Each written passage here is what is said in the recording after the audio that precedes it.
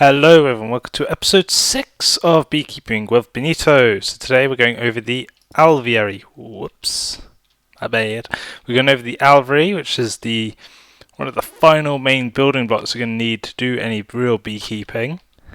So to get an alveary is quite an expensive process. You need to get quite a lot of impregnated casing, 27 in total.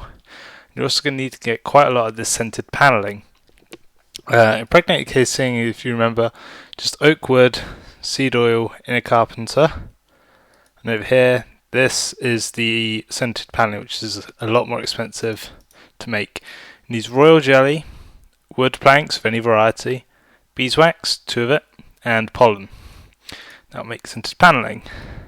You then take these, put them in a crafting bench, just go around like this, and you will get your alveary blocks. Overall, you need to do a 3 by 3 by 3, so that's 27 in total to get one alveary.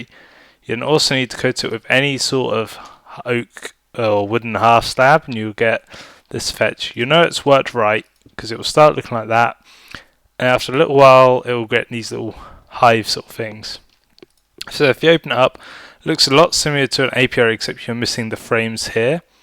And that's because this works a lot quicker than a apiary. It's used, it's the 100% thing. You'll get all the produce.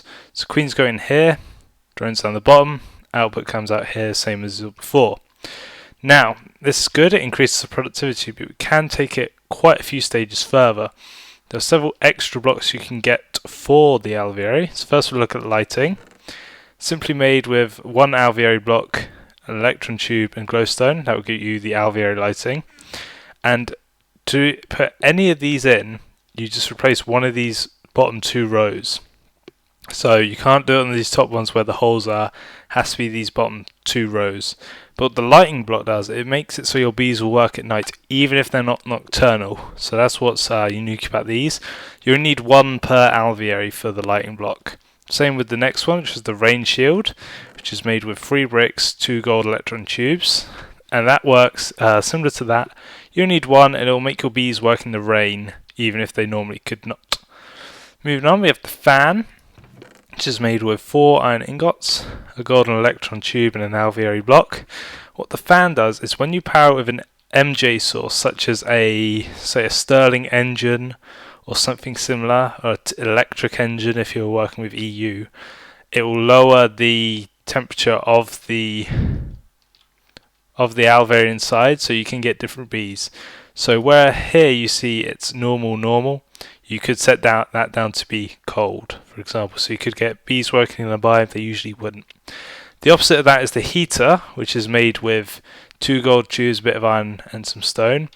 And that also takes an MJ via an engine or other means. And what that will do is increase the temperature, so from normal up. Moving on, we have the hydro regulator, which does the other part of this, where it increases the humidity and to a certain extent the temperature. Not as much though, mostly the humidity. And that's done by adding water or lava. So you make it with 6 glass, 2 iron and an alveary block. All you need to do is input your can. There you go, now it's got some lava in, and the humidity, as you can see, is going down because it's getting hotter inside. So that's how that works. Next we have the swarmer. This one's an interesting one. You make it with diamantine electron tubes, so a bit more expensive than a bit of gold. You get the swarm block. What you do with the swarm block is you put royal jelly in here, you can stack it, and whenever your bees sort of tick over, they have a chance of creating an extra hive out in the world. So the way you collect bees is from hives, and it will create an extra hive. From that hive you can get more princesses, but the princesses you get from this method have a limited lifespan. Eventually they will die off and disappear.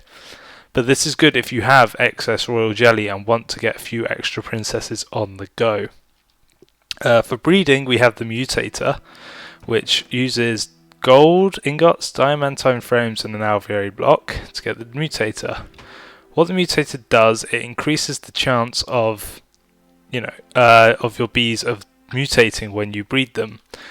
So you put your item in there. You can put stacks in, although it will only consume one per use. but you can have multiple mutators.